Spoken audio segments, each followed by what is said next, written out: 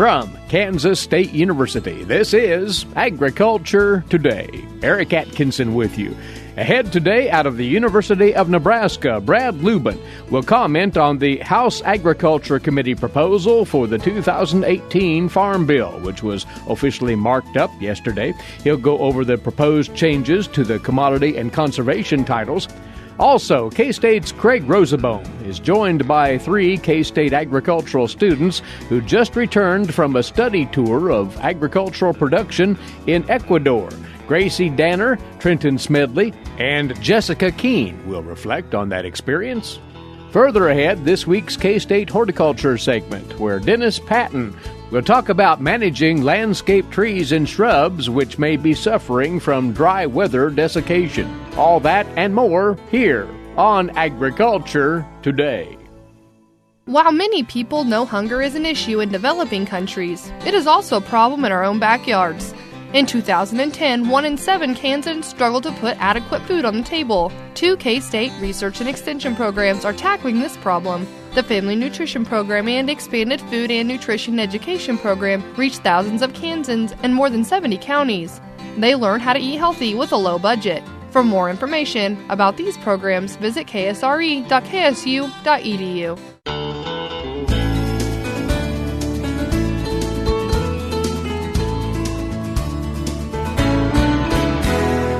This is the K-State Radio Network. Welcome once again to Agriculture Today. Well, yesterday, the House Agriculture Committee put forth formally its 2018 Farm Bill, the markup session occurring yesterday, and the debate can now begin in earnest on the House floor.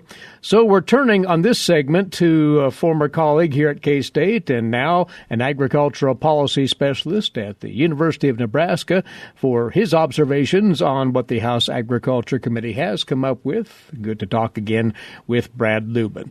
And again, pointing out it's a markup, Brad, so this is just the opening salvo of the process in many respects, right? That's right. There is a long road ahead. You can say the process has started. The markup language was discussed in House Ag Committee and voted forward, but the road ahead still includes what's expected to be a contentious debate on the House floor, let alone full consideration in the Senate and beyond.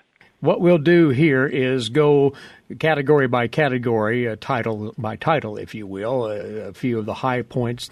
And of great interest to our producers, of course, the commodity title. As far as the safety net for crop prices, ARC, PLC, the proposal here is not a whole lot of change, is it?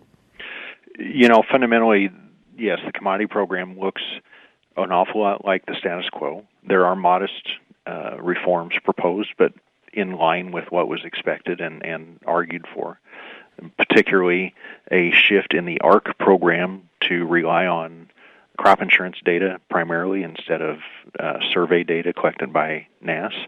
Important to note, that doesn't always relieve the yield questions that producers have had across the country and across county lines in particular, but in certain primary regions with primary crops, that will solve some of the yield dilemma. A couple other changes in those commodity programs. Note that the individual coverage option for ARC would be eliminated under the House version of the bill. Mm-hmm. Not very much participation in that to begin with, so maybe simply eliminating one of the implementation headaches that wasn't very attractive. And a formula to potentially raise the reference price over time. But that would require higher prices above the current reference rate before that could start to kick in. So while the formula exists, the likelihood of that affecting support for many commodities is very limited in the foreseeable future here. As this new farm bill eventually kicks in, though, producers, if the House version holds, will have an opportunity to shift or stay with ARC or PLC, depending on their druthers, another one-time decision window here, right? Correct. The language proposes that. That was fully expected, that producers would have the opportunity to make a new decision in 2019 between ARC and PLC. So some additional features in the commodity program, but relatively modest changes compared to the current programs and certainly within the expectations of what was being pushed for. Now, one might say, if we turn to the conservation title proposed, that there's a bit more action, to put it that way, in the House markup here. It does address Conservation Reserve Program acreage. It addresses the Conservation Stewardship Program, EQIP, right? Absolutely. There are really two big changes proposed right now in the conservation program. One is the CRP, and that is a proposed increase in the acreage cap from the current 24 million imposed by the 2014 Farm Bill to grow up to 29 million acres by the last year of this new Farm Bill. And that would increase potential enrollments each year and increase the total acreage in the program. Simultaneously, there would be a proposal to reduce the maximum rental rate on those CRP contracts going forward to 80% of the cropland rental rates instead of the current 100%. Well, that would certainly reduce payments and save funding, perhaps without substantially impacting interest and enrollment in the program. But that would reduce payments and potentially pay for most of the expansion in acreage. That's the idea here, to maintain CRP as budget neutral, right? Largely budget neutral, yes, and paying for more acres with effectively the same amount of money. What about the Conservation Stewardship Program, though? It would actually disappear in the House version. That's correct. Under the House version, which was a contentious discussion in committee, and certainly will be further discussion on the floor and on the Senate side as well. But the House version approved by committee would eliminate the Conservation Stewardship Program going forward. While current contracts would be serviced and honored, new contracts would be stopped. That would save substantial dollars, more than $12 billion over the next 10-year budget horizon, and it would effectively roll a stewardship payment into the EQIP program. So some changes in EQIP as well, technically an increase in funding of about just short of $8 billion, but largely coming from adding some of the CSP money in place and merging both the cost share assistance and now the stewardship assistance into one EQIP program. Most folks, if not all folks in crop production, are keenly interested in what will happen with crop insurance. And there's been a fear out in farm country that crop insurance might take a budgetary hit. That's been an ongoing theme of discussion for quite a while. In the House markup, do we see any major tangible changes to the crop insurance program? You know, within the markup language as passed through by committee, very modest changes to the crop insurance title. What we fundamentally know of current crop insurance programs was maintained largely with the status quo. We do expect, I think, a substantial fight on the floor of the House, potentially from both the left and the right, if the large amount of political support behind farm legislation is typically more a coalition of the middle, traditionally more bipartisan, although that was tested in committee. But if that is a coalition of the middle that has championed crop insurance, it would appear to be fights from both the left and the right about making changes to the programs. Now, all of this may well be overshadowed by the nutrition program, the SNAP program for short, as it's called by acronym, and there is distinct difference of opinion within most parties in the House regarding how this should go. That's correct. The single biggest issue being fought over, and maybe the only issue fundamentally really being fought over at the moment, seems to be the SNAP program.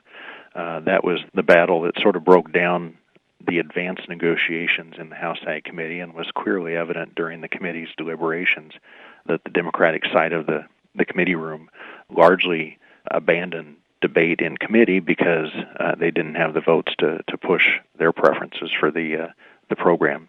Expect more fights on the floor. But the fundamental question about the nutrition program, which is overwhelmingly about SNAP, the Supplemental Nutrition Assistance Program, is the proposed language that did come from the majority on the House Ag Committee. You can simultaneously read that language as proposing to tighten up some of the eligibility rules and to tighten up some of the application criterion, as well as to expand the requirements and expectations for able-bodied adults without dependents. a requirement that they pursue work or pursue education and training in support of future work. And all of that contributes potentially to fewer participants enrolled. You could also point to this and say, well, that is simply fewer benefits going to fewer participants, which is true. So one side of the aisle champions that it is reforming the program and encouraging more work.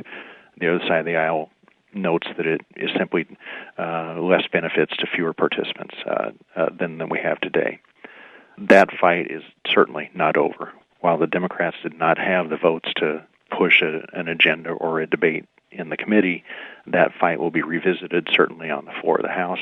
This combination of a fight over SNAP, as well as, frankly, the uncertainty about control of Congress after the November elections, has some suggesting that the ability to compromise on anything right now is virtually nil.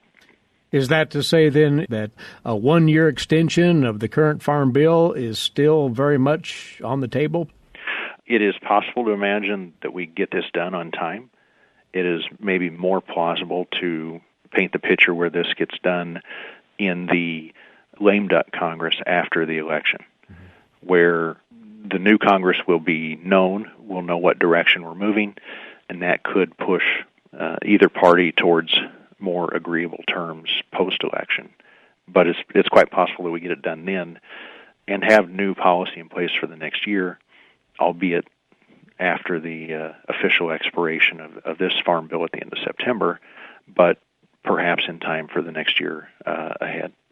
Well, at least a proposal is out there for the consideration, and that's better than a total stagnation here. Right, in the process. We do finally have something on the table that's something official that is put out there as a marker, if nothing else. Now it's up to the rest of the House and the Senate to see where it goes next. Well, as the Farm Bill dialogue rolls along, Brad, we'd like to touch base with you from time to time, and thanks for your time right here. We will catch up with you again soon. All right. Thank you very much. He's Brad Lubben, Agricultural Policy Specialist at the University of Nebraska, and some observations upon the House Agriculture Committee marking up its version of the 2018 Farm Bill in Congress yesterday. You're listening to Agriculture Today. More in a moment. Legal and financial concerns surround the day-to-day management of the agricultural industry. Producers, ag creditors, and USDA agencies rely on Kansas Agricultural Mediation Services. If you've received an adverse decision from the USDA or have an ag credit concern, call today 800-321-3276 or visit us online. Kansas Agricultural Mediation Services, exploring options, generating solutions. Agriculture Today is back now. The Department of Agronomy at Kansas State University offers a very unique and valued opportunity to undergraduate students regularly. An international experience looking at an aspect of crop production and other agronomic-related topics outside of the United States. And the group we have with us now just returned from a 9-day stay in Ecuador. And we want to talk about what they observed as well as what they're gaining from this experience. We'll introduce the students in just a moment, but first, K-State Professor of Agronomy Kraig Roozeboom is with us, and he's the one who oversees this activity. It obviously exposes young people to something they've never seen before, Kraig. Yeah, and at its root, that's one of the main things we're going for, right, is to expand our horizons. For the past 3 or 4 years, several of us in the department have worked to organize these. We've been to Brazil twice, to Costa Rica, and as you said, this year we went to Ecuador. Interestingly enough, although the Department of Agronomy, Kraig, provides this experience, it attracts young people who aren't necessarily studying in the field of agronomy, you say. That's right. We have it open to, I suppose, technically any student at the university. We really target students in agronomy, but it's definitely open to anybody in the College of Agriculture. And so the 3 we have here today, actually none of them are agronomy majors, but they're all in the College of Ag. Very good. And they enjoyed spring break in Ecuador, Gracie Danner, Trenton Smedley, and Jessica Keane. And we want them to talk about the three principal things that they enjoyed and learned about, among many, while in Ecuador. Trenton, you're a native Kansan. And what are you studying, first of all, Trenton, before we talk about your trip? I'm a sophomore here at K-State studying agricultural education. Well, you've chosen to share the experiences that you and your colleagues took in pineapple production in Ecuador. This is clearly a crop that we're not at all familiar with here in Kansas. Talk about it and what you observed. Yeah, exactly. Probably one of the reasons I found pineapple so interesting was because I knew I couldn't see it in Kansas or really anywhere close to Kansas. Probably something that really stuck out to me about pineapple is it's a bromeliad plant, which a bromeliad you'll usually see growing on the side of a tree. It's not a parasite, it's not a pest, it doesn't take anything away from that tree, but the reason it can grow on that tree is because it takes in its nutrients through the leaves, which is very different from most other plants where nutrients are coming in through the roots. At the pineapple farm, they weren't growing on trees, they were planted in the ground, but we visited Hacienda San Francisco, which is really cool, about 200 hectares dedicated specifically to pineapple production. We saw everything from planting to harvesting to the processing before they ship out these pineapple. Are there any similarities at all between pineapple production and the common crop production we see here in Kansas? One similarity, unlike a lot of the commodities we saw produced in Ecuador, was that equipment's actually used in pineapple production, specifically for spraying. Since pineapple take in most of their nutrients through their leaves, fertilizer application is very, very important, and so they do have a tractor with a sprayer, and that's how they apply that. Also, after pineapple's been harvested, it'll go through 2 different harvests. The first one, and then about another year later, they'll harvest the second pineapple from that plant in that field, and then from there, they'll use equipment and tillage machinery to incorporate that pineapple plant into the soil to increase organic matter. So, Trenton, what's the lasting observation on pineapple in Ecuador that you take away from that? I remember watching one man plant and seeing how quickly he can do it. He shoves a knife into the soil and he turns it in just a specific way and then pries it apart and then just plops this plant right in there and then he moves on. And they said he can do about 6,000 in a day, and that's about 8 hours. And if he wanted to do more, I just think that's totally crazy, the amount of work that goes into just planting the pineapple as well as harvesting by hand. So there's a lot of work that goes into it, and they're only receiving about 60 cents per pineapple. Wow. Gracie Danner, you are from? I'm from West Liberty, Iowa. And your major is? My major is agricultural economics, and I have a minor in international agriculture. And so this kind of experience very nicely dovetailed into your international ag studies, right? Yes, absolutely. I took Spanish since I was in kindergarten, so I have 13 years of Spanish experience, which really is kind of what piqued my interest in traveling to South America to be able to utilize those skills, but also it filled that requirement for my international experience for my minor. Very good. Well, you've chosen to talk here about what you and colleagues observed about cacao production in Ecuador, and that's a totally unfamiliar commodity to most. What is cacao? Yeah, so cacao is what we use to process and get cocoa out of for use in chocolate.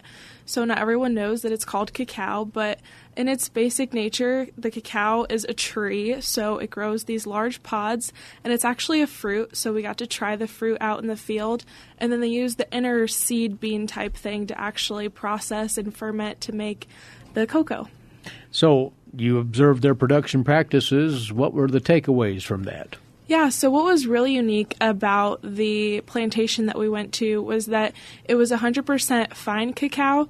So that's really unique because 95% of the world's chocolate is made with a common cacao that's an African variety. So we got to witness this farm that was over 500 hectares, and it was the biggest farm with just fine cacao.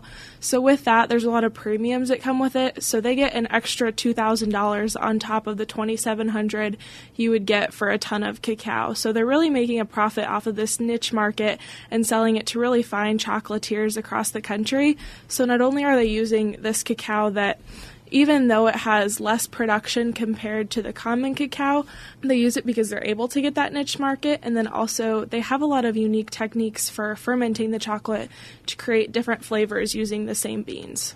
So again, are there any similarities at all, cacao production, to anything you've seen crop production-wise here in Kansas? You know, we don't have a lot of tree-type orchard crops in Kansas, but I say I would compare it to wheat in terms of how big quality is for the cacao industry. You know, this past year we saw a lot of problems with wheat protein, and I would say that's very similar in looking at cacao quality. They talked a lot about some of the different flavors that can be changed in the fermentation process that would add more premium or find more buyers depending on how they processed it, and it could be a matter of just a couple hours that could totally change the flavor. And Jessica Keane, you are from Nebraska, right? Yes, sir. And you are majoring in? I am majoring in animal science and industry with the option of bioscience and biotechnology. So that explains why you took express interest in quail production in Ecuador. Yes, sir. What did you see? So while there, we saw an integrated system of the Maria Elena farm. Now, this system was very interesting. It was an integrated system of vanilla beans with the quail production. The quail side, they have about 25,000 broilers on site, and an addition of 50,000 hens, laying hens. So it's a hatching enterprise as well as a growing enterprise? Yes, sir. Yes. What did you see as the unique characteristics of this poultry operation? By far, the most interesting was the fact that it was an integrated system. It showed the importance of being able to reuse the waste products of one system and implementing them into another, as we all should do as stewards of agriculture. And did you see anything that resembled your experiences in animal agriculture here back in the States? Personally, I've never actually had the opportunity to tour any of the poultry operations here in the States. So unfortunately, this was my first experience, which I think was a good first experience by far. But the only major difference, I would say, from what I've heard of poultry production here in the States is the size, whereas there is both broilers on site in addition to the hens, and where there can be hundreds of thousands of birds on site for some operations. Here it was only 75,000 max. Well, Kraig, this is just one of multiple international opportunities for students in the K-State College of Agriculture broadly and narrowly out of the Department of Agronomy. That's right.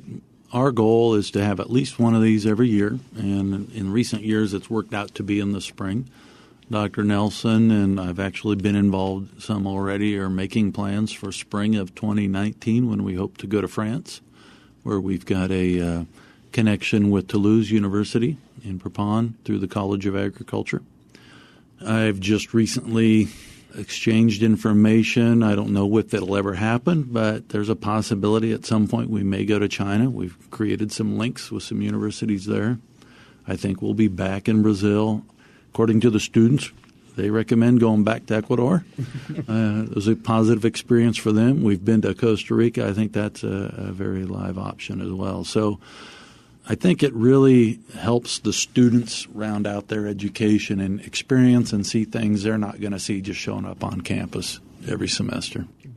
Kraig, thanks to you for joining the young people with us today and giving us an outline of the course. And to each of you, Gracie, Trenton, Jessica, congratulations on a fine trip, and thank you for reflecting on it with us right here. Thank you. Thank you. Thank you. Along with Kraig Roozeboom, K-State Cropping Systems agronomist and the coordinator of this particular experience, 3 young people who spent their spring break in Ecuador. They're all College of Agriculture students here at the university: Gracie Danner, Trenton Smedley, and Jessica Keane. They have told us some of the things that they observed while in that South American country in this segment of Agriculture Today. We'll be back in a moment on the K-State Radio Network.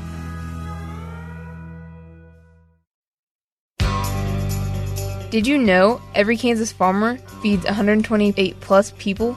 Kansas farmers are hard workers, dependable, authentic, and sensitive. Not only do farmers put food on your table, but they put clothes on your back and fuel in your car. For more information about Kansas farmers, visit K-State Research and Extension online or stop by your local extension office. This message has been brought to you by the K-State Animal Sciences Leadership Academy participants.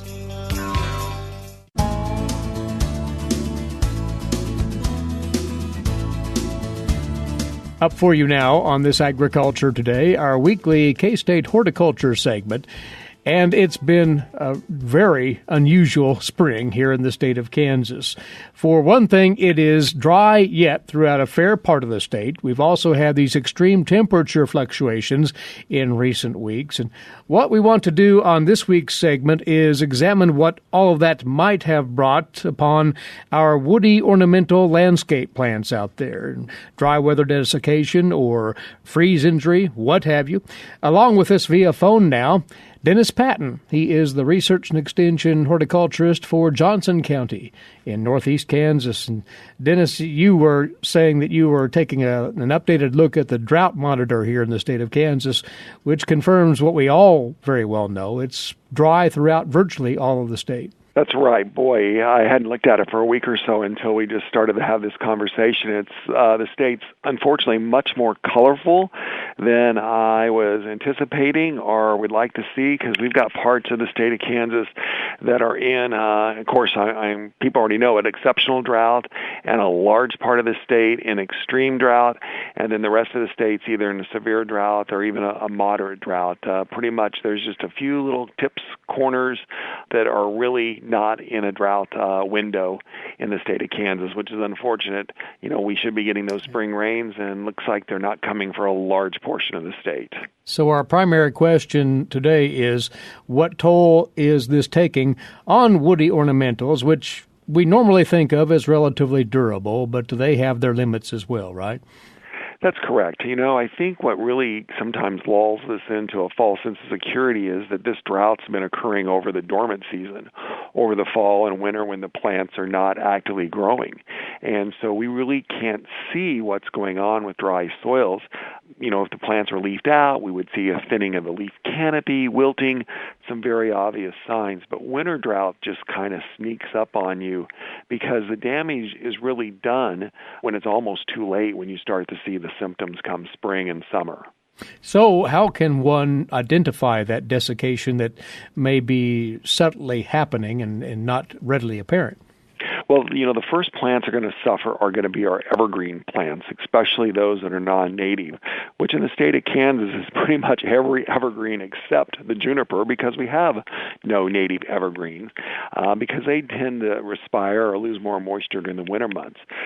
So what we're potentially going to see is just branch stem dieback, less vigorous growth. If we ever do get spring-like temperatures where plants are going to start to pop and grow this spring because it's been so cold during the month of April. So just overall decline, death, dieback, potentially these plants. When one finally does see that damage, should they try to help that plant overall recover by cleaning it up, maybe some selective pruning of the dead material? Mm-hmm. What I've been noticing here in Johnson County this spring is that because we've had so many ups and downs of the weather and with the dry soils, there's a lot of what I would call twig and small branch dieback on some of our shrubs and a few other plants. So what I'd recommend people do is just wait until spring finally arrives and we know where the new growth is coming from when we see those buds start to pop. And then we get in there and just take our clippers or pruners and just prune back to live tissue, and that'll be our new growth. And then the other thing is many of these parts of the state of Kansas that are in this extreme drought situation would be if we have the capability to give those plants a drink of water so that root system can be refreshed, renewed, and then be able to pick up water and support that growth that's going to be occurring over the next few months in this summer. Now, in this situation, as far as administering that water to these plants, do we follow the standard rules of slow, deep waterings, or do we ramp that up a bit? What? Well, you know, I really think when we're as dry as we are now, if you've got the time and the ability to do that on individual trees and shrubs, I really think it's best just to kind of turn that hose on a slow trickle and move it around 3 to 4 different places around the plant, depending on the size, and just let it run for depending on the plant, maybe for 20, 30 minutes to an hour or more, for a tree. On a shrub, a small shrub, you need to probably be soaking an area maybe 3-4 feet out around the shrub. On a tree, potentially that could be the drip line we need to soak up. And so, yes, you are correct. We need that deep, thorough soaking, the fully recharge that root system, and then kind of lay off so we don't get into the overwatering situation. So deep and thorough, no matter whether it's feast or famine, hot, dry, whatever, that deep and thorough is always the best way to go. At the opening, it was brought up that we have endured sharp changes in temperatures, a matter of fact, here in the state. Warm temperatures, then freezing cold, back and forth. And this could bring damage upon these woody ornamentals as well. And is that easily distinguished from desiccation problems?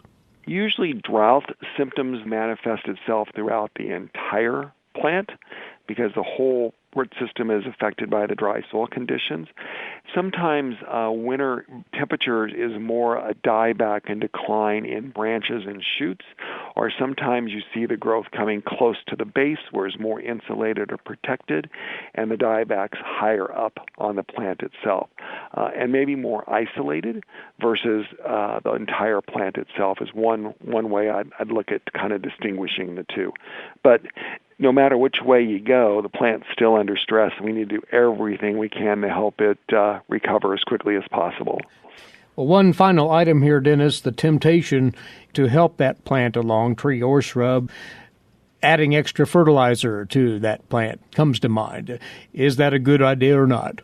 That's an excellent question, and my answer would be, I sometimes put back on people, when you're sick, do you want to eat, or you just kind of want to lay low for a while? And sometimes these plants are under stress, especially from drought. Adding fertilizer is really the last thing you want to do because that causes that plant to want to grow more, which then also consumes more water in the process. So if this drought continues, I would tell people to lay a little low on fertilizer this year unless they can thoroughly keep those plants hydrated during the summer months. And that is the secret here. Stay on top of the watering needs for these plants, not only initially, but for quite a while yet until they fully can recover then. Dennis, we appreciate the word as always, and we'll talk again soon. Thank you. Sounds great. You have a great day. We'll talk to you later. That's Dennis Patton. He is the Extension Horticultural Agent for K-State in Johnson County, Northeast Kansas. Some thoughts on responding to winter desiccation and or cold temperature injury to our landscape woody ornamentals. That is this week's K-State Horticulture segment, rounding out our Thursday edition. Thanks for listening in. Eric Atkinson for Agriculture Today over the K-State Radio Network.